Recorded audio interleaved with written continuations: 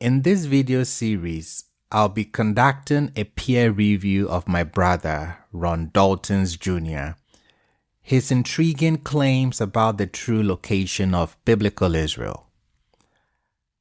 I'll begin by outlining his central premise and then share my approach.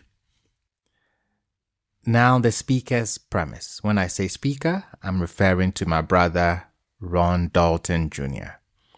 What is his premise? The speaker's premise is that the traditional understanding of the land of Israel, its location and characteristics, may be misunderstood or misrepresented. The speaker suggests that the biblical land of milk and honey, often associated with the modern-day Middle East, might actually refer to regions in Africa, particularly sub-Saharan Africa or Central Africa. They argue that the lush, fertile landscapes described in the Bible align more closely with areas like the Congo Basin, rather than the arid regions typically associated with Israel today. The speaker also challenges the historical and geographical separation created by terms like Middle East, suggesting that these are modern constructs that obscure the true connections between the biblical Israelites and African people. They propose that the Bantu people who are now spread across various parts of Africa are the descendants of the biblical Israelites, and that their historical land extends into what is now considered Africa rather than being confined to the Middle East. This is his premise. My approach. In this peer review, I will critically examine the speaker's assertions. My approach begins with a thorough fact-checking from a biblical perspective, utilizing scriptural evidence to verify the accuracy of the claims made. Now, by delving into the specific passages and details provided within the biblical text, I aim to clarify the historical context of some of his mentions. Following this biblical analysis, I will present my position on the topic, but it's going to be from a scholarly, historical viewpoint. This section would incorporate broader historical and cultural insights, offering a well-rounded perspective that considers both biblical and historical scholarship. I believe that through this balanced and analytical review, I am able to provide a comprehensive understanding, or I intend to provide a comprehensive understanding of the topic, addressing not only the factual accuracy of the speaker's assertions, but also exploring the implications and interpretations of these historical events. So, with that said, let's start with this statement by the speaker about Jacob and his sons. Let's listen in. So back in the Old Testament, the Hebrews lived amongst the Egyptians. Joseph was already there. He already had a wife and he had two kids, Ephraim and Manasseh. And Joseph's 11 brothers came into Egypt and they sojourned there for hundreds of years. And remember, Jacob's only daughter was Dinah. So these men walked into Egypt and stayed there for hundreds of years. Then who did these men have children with to procreate and to become fruitful and to multiply in the land of Egypt? Where it says in the scriptures that the children of Israel are more and mightier than we are. Unless they continue to multiply and gain allies, they can take over Egypt. So it Bible says that in those days that the land of Egypt was full of Israelites, just as much as there were Egyptians. So when we look at that, we have to look at the fact that the Egyptians played a big part in the development of who we are today. Our foundation was Hebrew, but when we started to live amongst the Egyptians and intermix among them and had children with them, learn their language, learn their traditions, their customs, learn all their idols, like the Bible says not to do when they came out of Egypt, we had to understand that our origin of the Bantu people starts in that area in Northeast Africa. So the speaker states, which is my brother Ron Dalton Jr., states Joseph was already there. He already had a wife, and he had 2 kids, Ephraim and Manasseh. And Joseph's 11 brothers came into Egypt, and they sojourned there for hundreds of years. And remember, Jacob's only daughter was Dinah. So these men walked into Egypt and stayed there for hundreds of years. Then who did these men had children with? Let's pause here. So it means that these men that the speaker, Ron Dalton Jr., is referencing are the sons of Jacob. So when he says, who did these men had children with, he's referring to the sons of Jacob. Okay, let's take it again. Then who did these men had children with? To procreate and to become fruitful and to multiply in the land of Egypt, where it says in the scriptures that the children of Israel are more and mightier than we are, unless they continue to multiply and gain allies, they can take over Egypt. Great point here.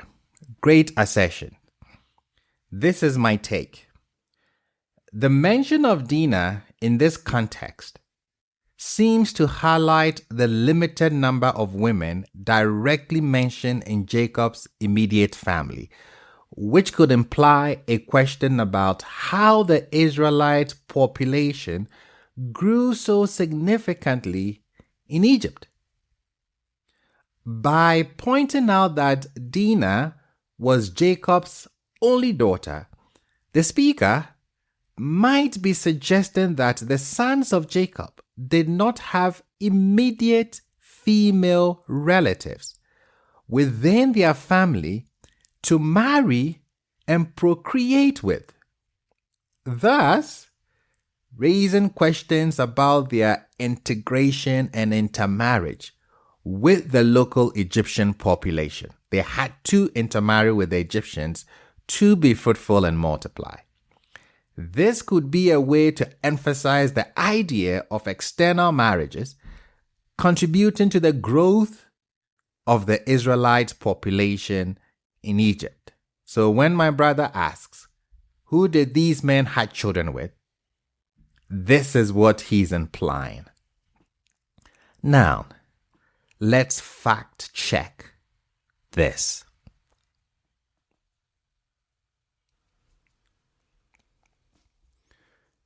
The assertion that Jacob's children only began to procreate after entering Egypt overlooks significant biblical evidence indicating that they were already married and had families before their journey.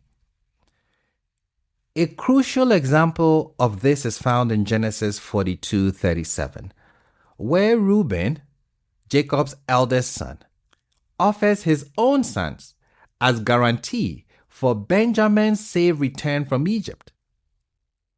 Reuben's statement, "You may put both of my sons to death if I do not bring him back to you," underscores that he already had children at the time of this conversation. This reference not only highlights Reuben's existing family responsibilities, but also implies that other sons of Jacob were likely in similar situations prior to their move to Egypt. The fact that Reuben had sons demonstrated that the procreative activities of Jacob's children were well underway before their sojourn in Egypt.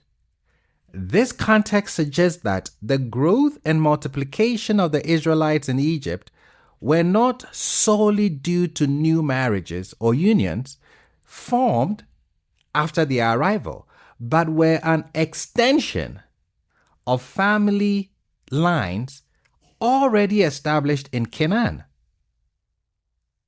Thus, the argument that Jacob's sons only began to procreate after entering Egypt does not align with the scriptural evidence of their existing marital commitments.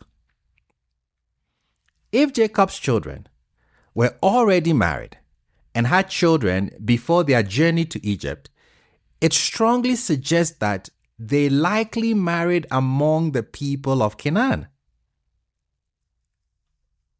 Because we know that during this historical period, intermarriage with local populations was not uncommon, as families sought to strengthen alliances and secure their social and economic standing. The cultural context of the time would have facilitated such unions, allowing Jacob's sons to integrate into the broader Canaanite community.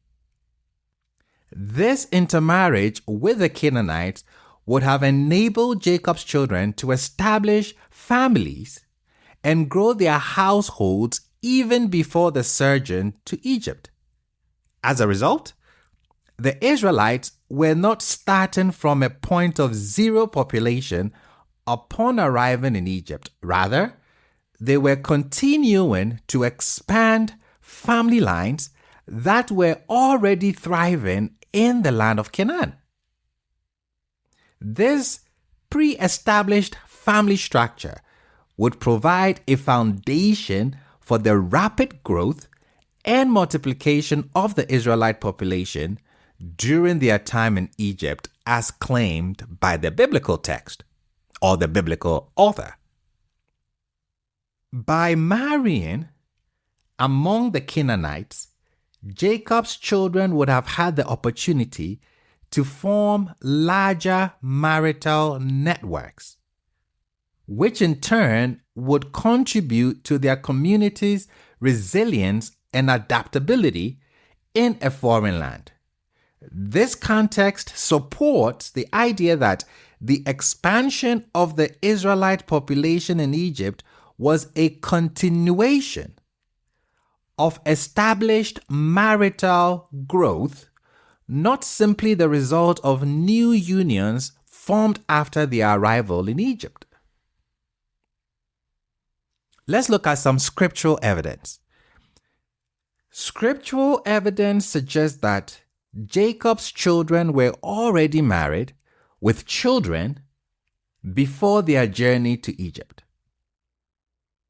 Genesis 46 provides a detailed account of the descendants of Jacob who traveled with him to Egypt, clearly listing the families of his sons.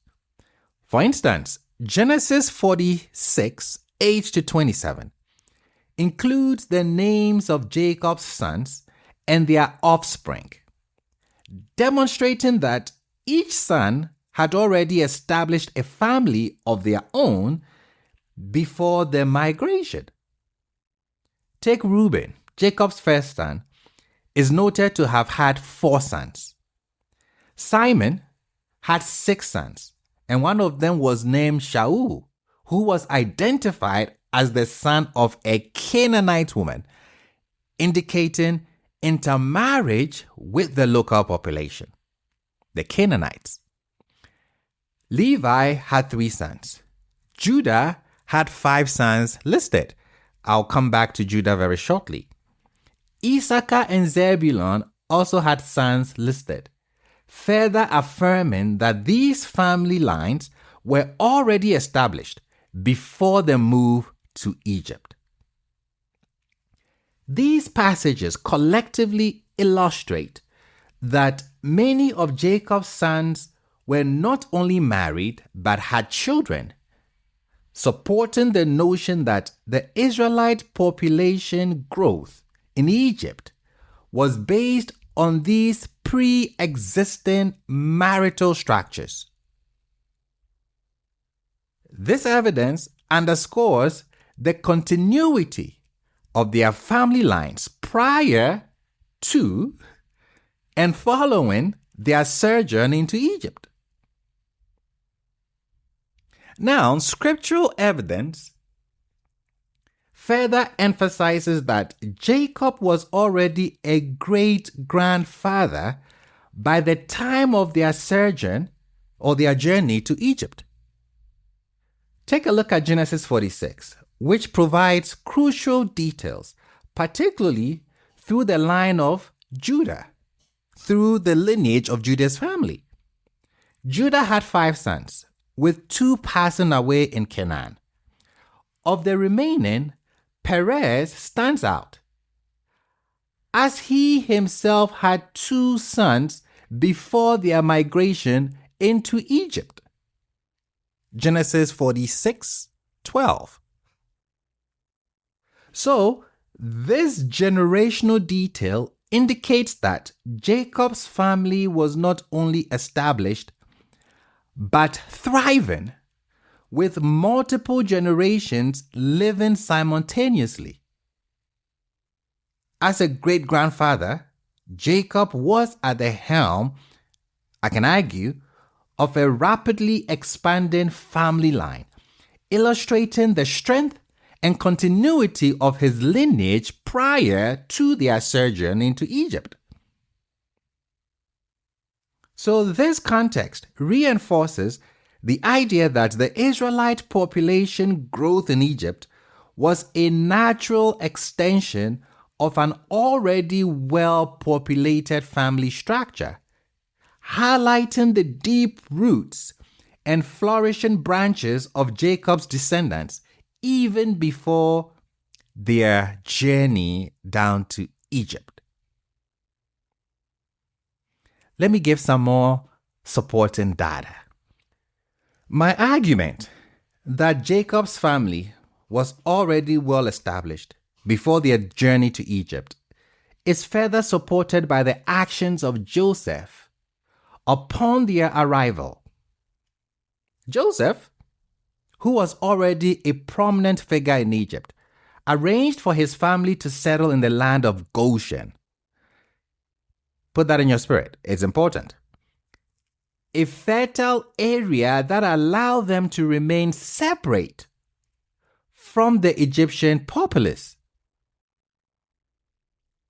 This strategic move effectively created a segregated community, akin to what might be called the first ghetto, intended to do what? To preserve their unique cultural and marital identity. By ensuring his family lived apart from the Egyptians, Joseph demonstrated a clear intent to maintain their distinct lineage and prevent intermarriages with the local population, the Egyptians. This separation was crucial in safeguarding their traditions and beliefs, allowing them to grow and multiply within their own community. The deliberate segregation underscores the continuity of the family line and the importance placed on maintaining their cultural heritage.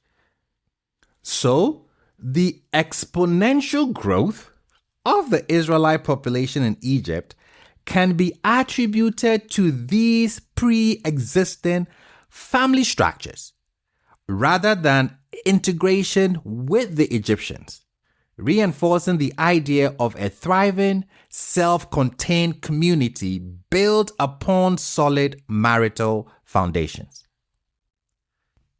scriptural evidence of Joseph arranging for his family to live separately in Egypt is found in Genesis 46:31 to 34 for those who would want sources, and Genesis 47:1 to 6.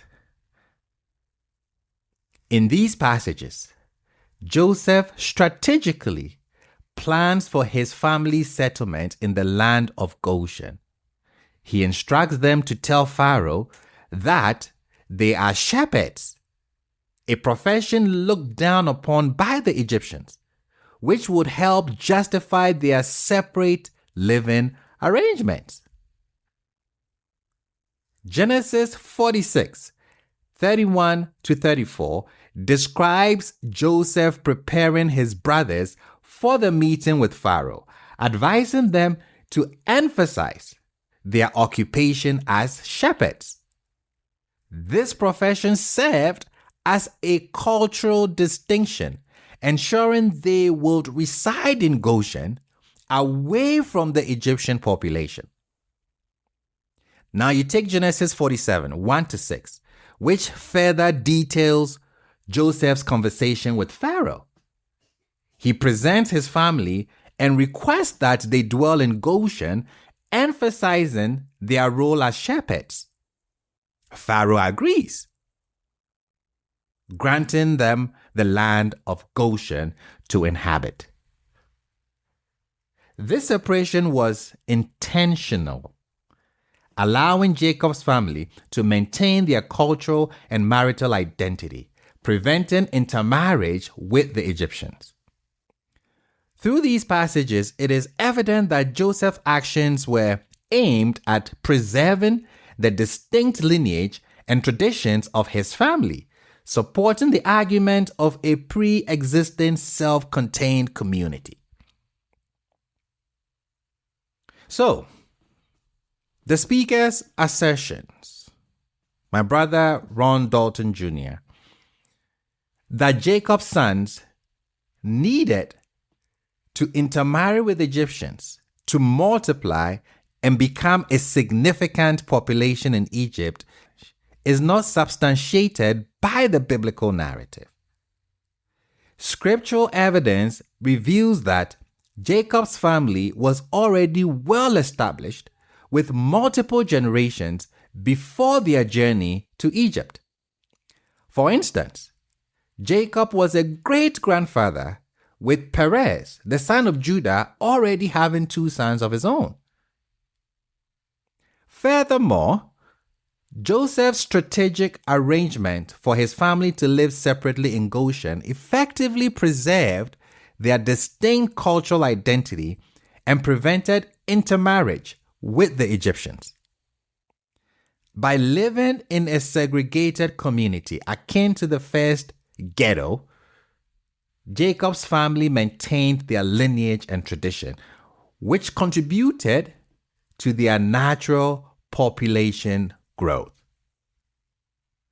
The exponential growth of the Israelite population in Egypt can be attributed to these pre-existing family structures, not through integration with the Egyptians. This evidence suggests that the speaker's point requires reconsideration. My brother Ron Dalton Jr.'s point.